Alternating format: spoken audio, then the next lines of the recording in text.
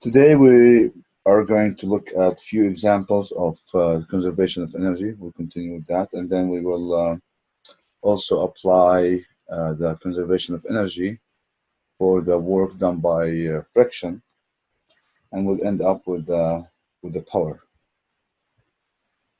Okay, so if we look at this example here, where we have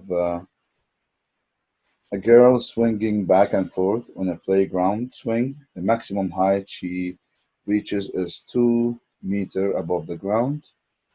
At the lowest point in her swing, she is 0.5 meter above the ground. What is the maximum speed of the girl on the swing, and at which point in her path does it occur? Okay, so we have seen earlier that the gravitational potential energy is proportional to the height above the ground.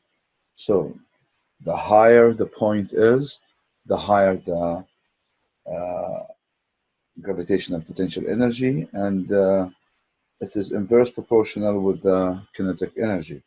So here, if I am to call this point 1 and this point 2, I know that EP1 is mgy1 and ek1 is half mv1 squared. So the summation of those indeed equals to EP2 plus ek2. We've seen that. So right at this point, at 2 meter, y of 2 meter, I can see that the speed becomes 0, where the swing comes to a stop point, which means that ek1, so if I'm to write here, ek1 plus ep1 equals to ek2 plus ep2. I know ek1 is 0, right? So in this case, if I am to write and calculate for this speed, I will find, based on the conservation of energy, that this speed, for example, so this is same mass, mg y1 equals to half m v2 squared plus mg y2. So the mass is the same, so m would cancel, right? G, I know G equals to 9.8 meter per second squared. Then I know Y2, I know G, I know G, I know Y1. I can find the speed right at this point. So in this case,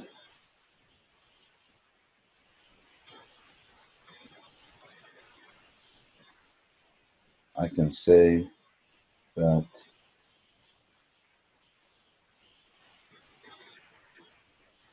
we said mg y1 equals to mg y2 plus half v2 squared. We said m cancels, and then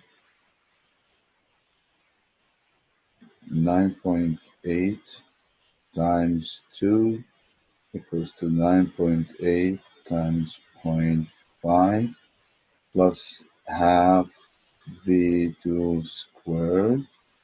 If you do the calculation, you will find that v2 equals to 5.542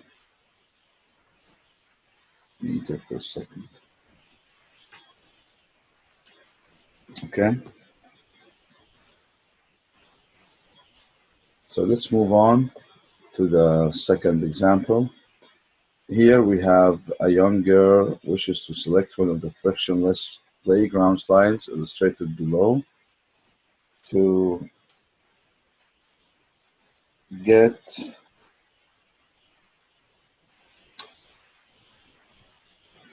to give her the greatest possible speed when she reaches the bottom of the slide. Which of the slides should she choose? We have at this point, which is the same height, and they're all starting from rest, so the kinetic energy is 0 right at this point.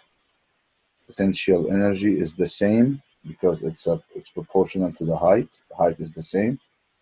So here we know at this height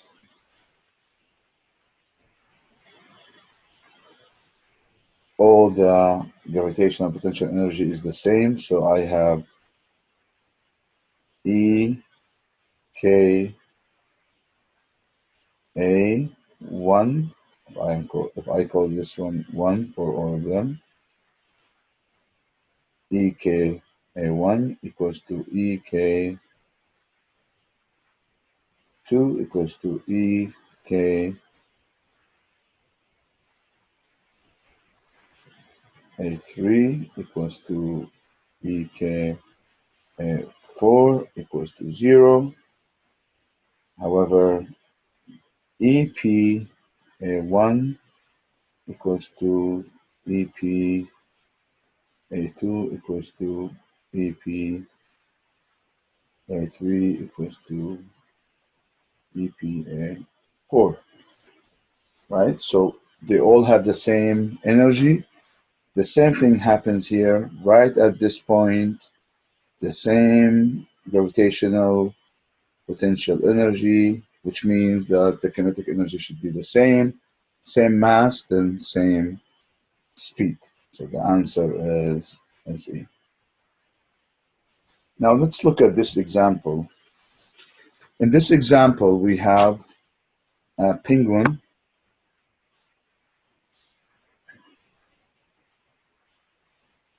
use energy methods to solve the following problem. A penguin slides down a frictionless iceberg from a vertical height of 5 meters. If the penguin pushes off, giving himself an initial speed of 0.2 meter per second, what is his speed at the bottom of the iceberg? This can be done exactly the same way we solved the previous question using the conservation of energy. I know that the penguin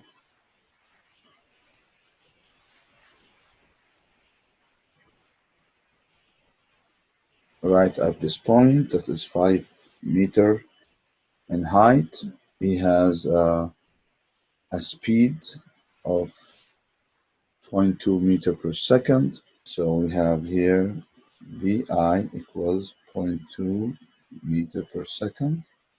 We need the speed right here.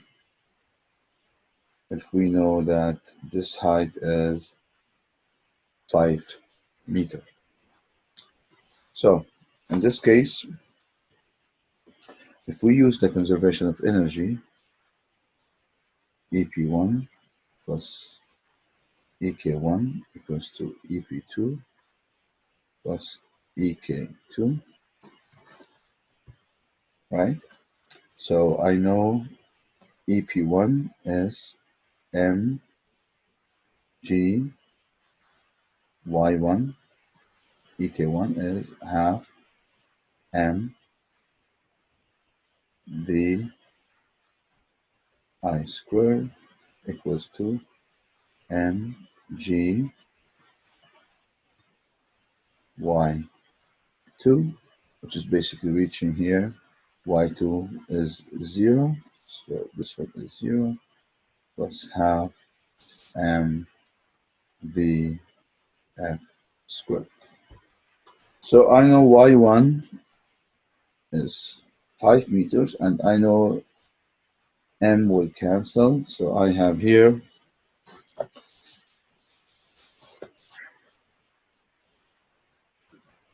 9.8 times 5 plus half bi point 2 squared equals to half vf squared. Then if you do the calculation, you will find that vf is 9.9 meter per second. This is the speed of the penguin once it reaches the bottom of the iceberg. So this is A. What about B?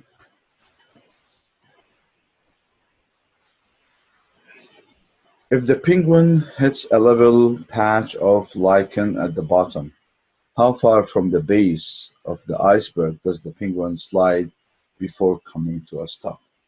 The coefficient of kinetic friction between penguin feathers and lichen is 0.22. So in this case, back to here, we will use the conservation of energy. In this case, we have the penguin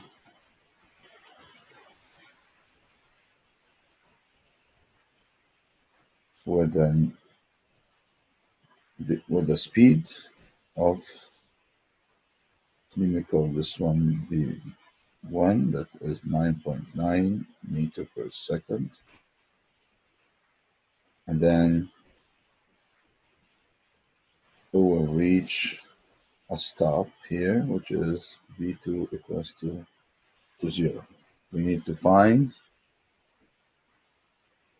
how far this, so if I am to put my coordinates here as x, y, then let me call this one delta x.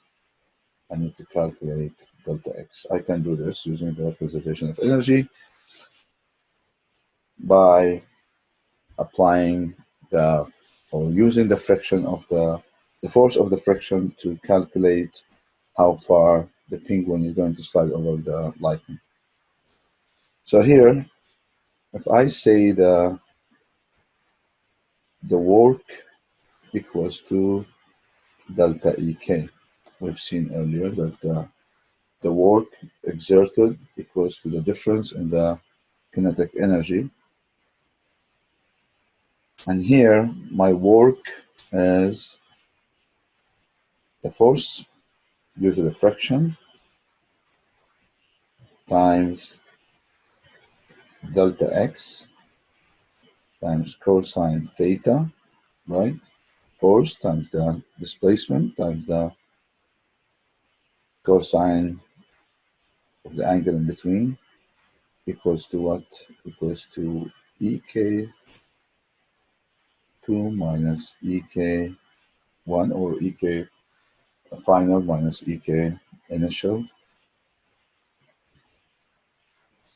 Theta in this case, as you know, that the friction force will be in the opposite direction of the motion. So the friction here will be going in this direction, and the displacement is in the positive direction of x. This means that theta here is 180 degrees. So if we look at the displacement is in the positive direction of x. The friction is in the negative direction of x, which means that the angle in between is 180 degrees.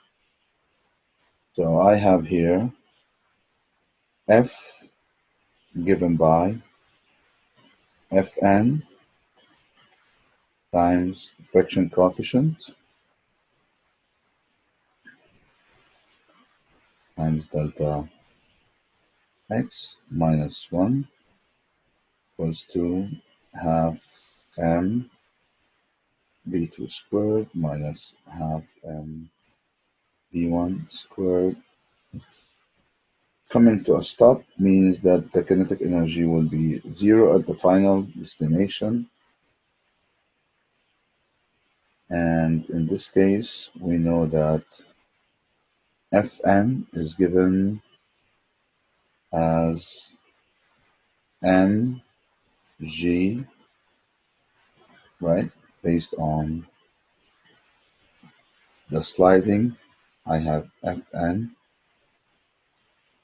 in this direction, and I have Fg in this direction. So they are equal in magnitude, opposite and direction. So Fn equals to mg times mu delta x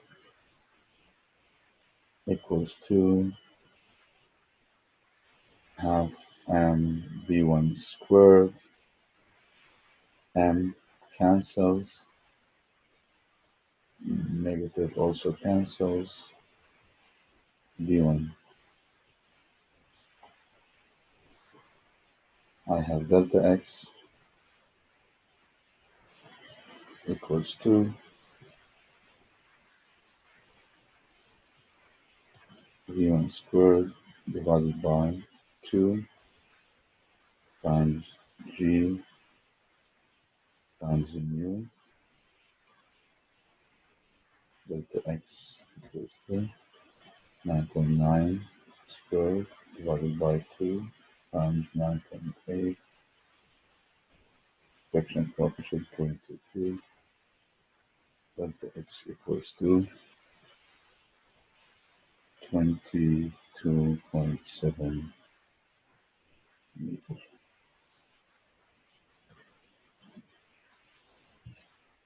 So this is how far the penguin is going to slide before he comes to a stop.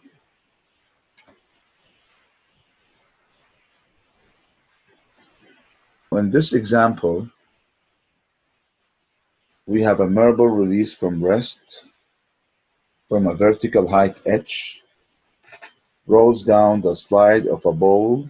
As it rolls up, the other side will reach a vertical height of, what do you think, same height or less than h or greater than h before rolling back down again? If you know that there is a friction, so there is a friction on that path. So in this case, if there is a friction, definitely it will not come back to the same height, right? Because based on the conservation of energy, part of this energy will be dissipated in this friction, will be wasted by the friction. So there won't be enough energy to come back to the same point. So the answer, in case there is a friction, would be B, less than H. Now let's move on to the next example. In this example, we have a penguin pushes with its feet to gain an initial speed of 1 meter per second and slides for 0.5 meter across a flat surface before stopping. If the same penguin on the same surface next slides for 2 meters before stopping, what was its initial speed this time? So we have the same penguin. In the first slide, he slid for 0.5 meter by pushing himself, giving himself an initial velocity of 1 meter per second. Now, in the next path he took, he slid for 2 meters before stopping. So definitely the speed is higher. How much is that speed? So how do we do it? Again, using the conservation of energy, I can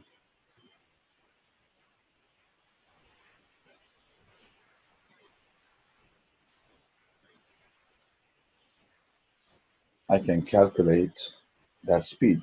How? I'm I'm I'm dealing with the same penguin here.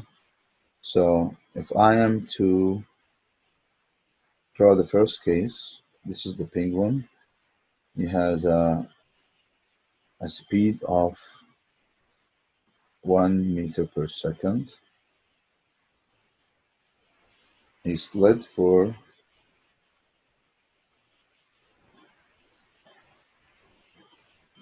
0.5 meter before coming to a stop. So V1 is 1 meter per second. V2 is 0.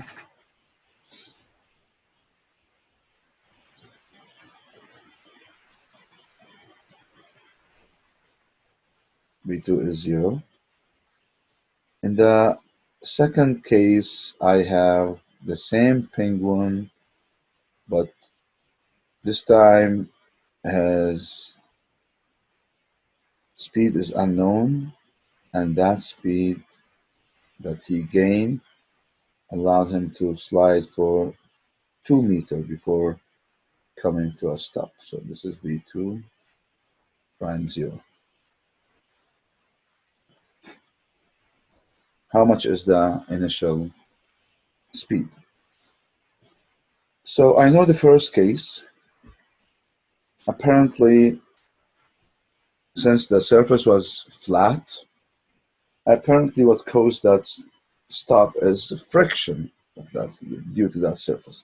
So I can find the friction of the surface from the first case and use it in the second case. So let's do this. If we use the conservation of energy, we know that work done. Let's take my positive x to be in this direction. I know that this is delta Ek. In all cases, V2 prime are 0, so the final kinetic energy will be 0. And here I have, again, if this is Fn, this is Fg, right? I have the friction force. I also have, let me call this one, I also have here a friction force.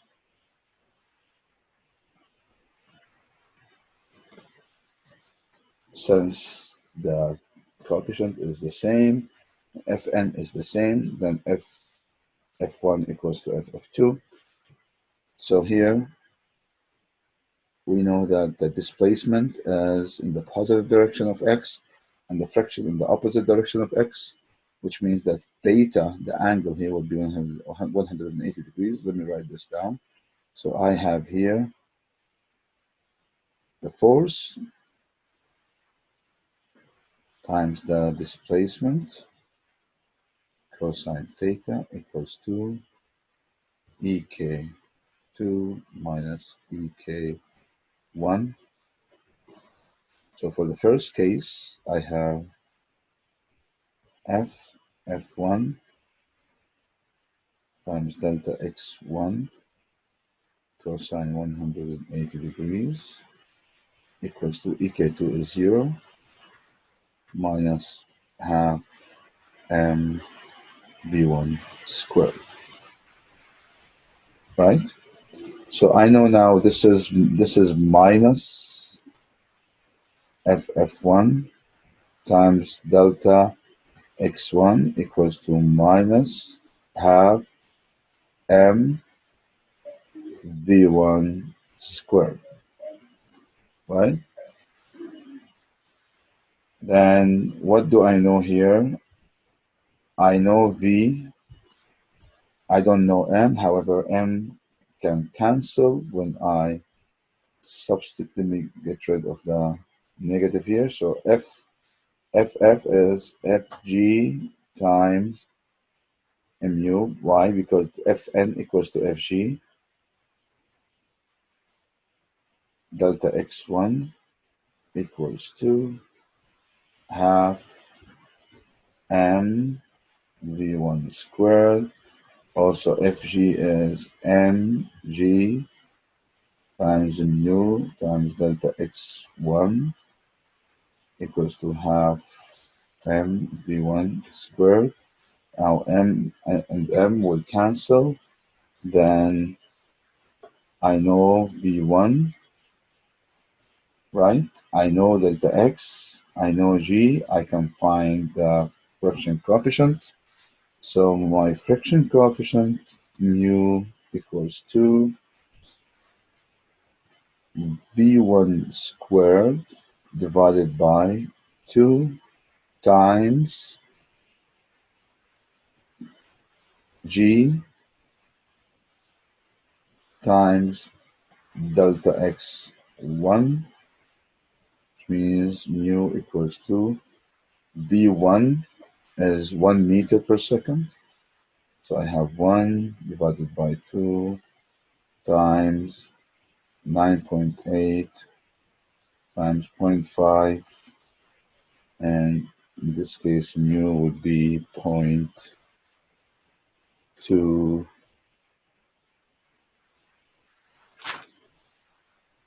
I guess 0.22.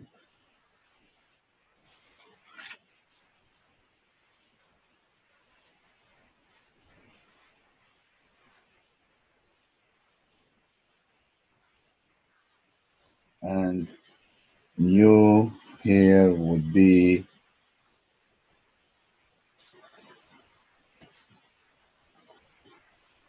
mu here would be 0.102.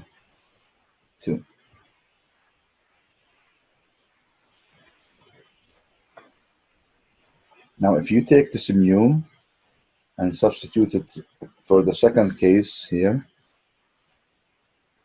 right, which is to calculate V1, the initial, we can take this equation.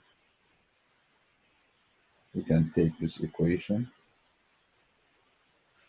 right? In this equation, I have mg would be mg mu delta x2 equals to half m v1 prime squared. So what did I do? This equation that I have developed earlier here.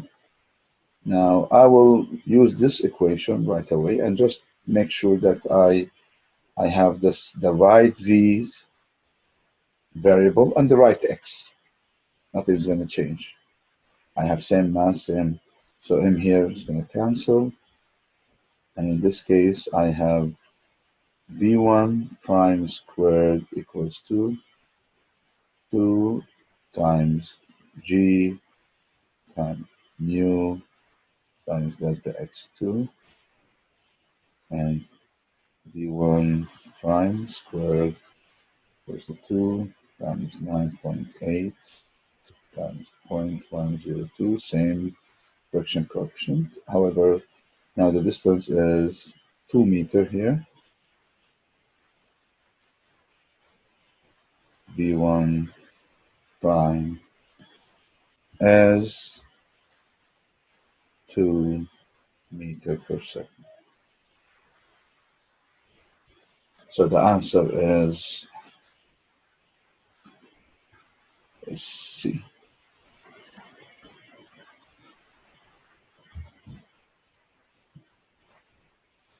Now, in this example, which is the last example we have here, we have a box of Apples, mass 22 kilogram, slides down a ramp inclined at 44 degrees to the horizontal. The friction force in the box has a magnitude of 79 Newton. This is the friction force. If the box starts from rest and slides 2.5 meters along the ramp, determine A, the work done by the friction, B, the thermal energy produced, and C, the box's final speed. Use conservation of energy. Okay, so in this case, let's formulate our problem here.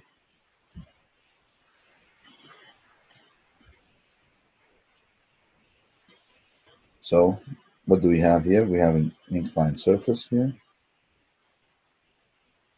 Angle is 44 degrees. I have the apple box here, FG, FN, right? I'll take my coordinates.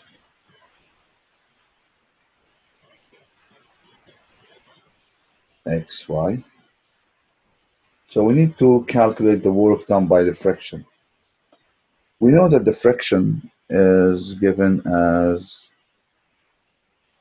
FF here, 79. So I have FF, 79 Newton. I know that the displacement is going along the x-axis, right? The box starts from rest and then slides 2.5 meters. So the distance from here to here is 2.5 meters. It did not stop. It did not stop, but he is giving me that slides from rest 2.5 meter. He wants the work that has been done over this distance. So I know now my displacement is going in this direction, right? Positive. My delta x is positive. So my delta x here is positive 2.5 meter. My friction is going in the opposite direction, which means now between the displacement vector and the friction, I have theta of 180 degrees. So if I am to write the work is the magnitude of the friction force times the magnitude of the displacement, which is the delta x, times cosine theta, which is 180 degrees. Work in this case would be 79 times 2.5 times cosine 180 degrees, and in this case the work done is negative and equals 2 minus 197.5 joules. So this is A. B, the thermal energy produced is basically a positive because it's equal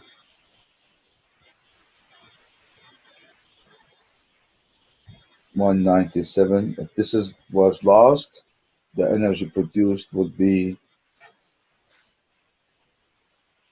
positive. So in this case, the work, the thermal energy would be 197.5 joules.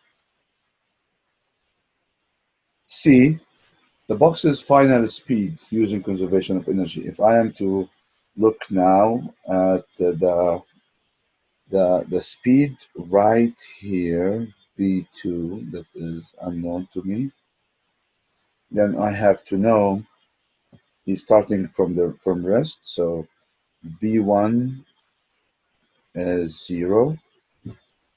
However, I have to find and to know what is the net force that is applied on this box, because this net force is the one that is causing for this motion to happen. In this case, if I am to look at the forces along the direction of the motion, I can see the following. I can see that the friction force is contributing here, and I can also see that the the projection of the FG along this x-axis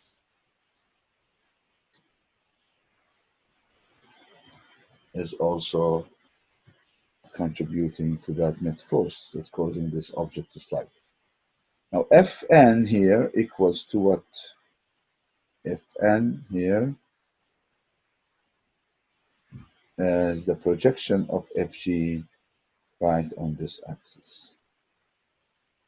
Now remember, when I say projection, it has to come with a 90 degrees angle right at the axis. So this is the force that is canceling the F, again equal and opposite to Fn, which is, if this is 44 degrees, then if I am to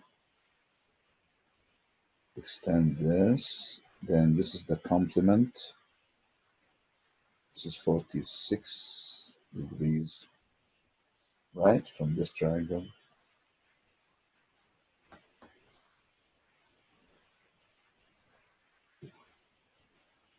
So this one is 46 degrees. So if I am to look at this force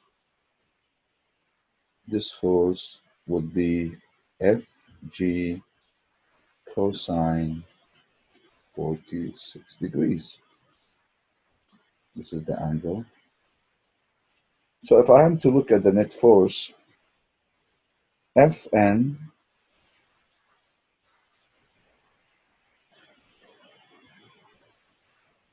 Fnet is indeed Fg cosine 46 degrees minus Ff, and in this case F net equals to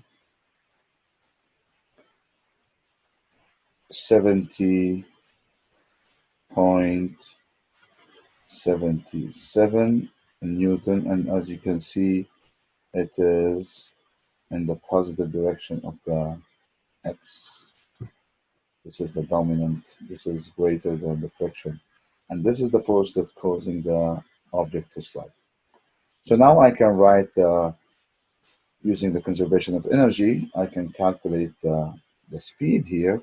If I look at the work equals to delta EK, then the work equals to EK2 minus EK1, or W equals to half m V2 squared minus half m V1 squared. So if it's starting from rest, this means that this is 0 because V1 is 0. Then what do I have? I have the work as F net times delta x cosine theta. Cosine theta in this case, theta is 0, right? Because F net is in the positive direction and the displacement also is in the positive direction of x. That's why they overlap, and that's why this theta is 0, which means that cosine theta is 1 equals to half m v2 squared. I do have the mass, so in this case, I know that v2 squared equals to 2f net delta x divided by m, or v2 squared is 2 times 70.77 times 2.5 divided by 22 kilograms. And this gives V2 to be 4.01 meter per second.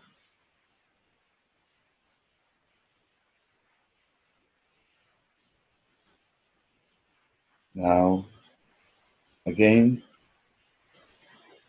the last part is the power.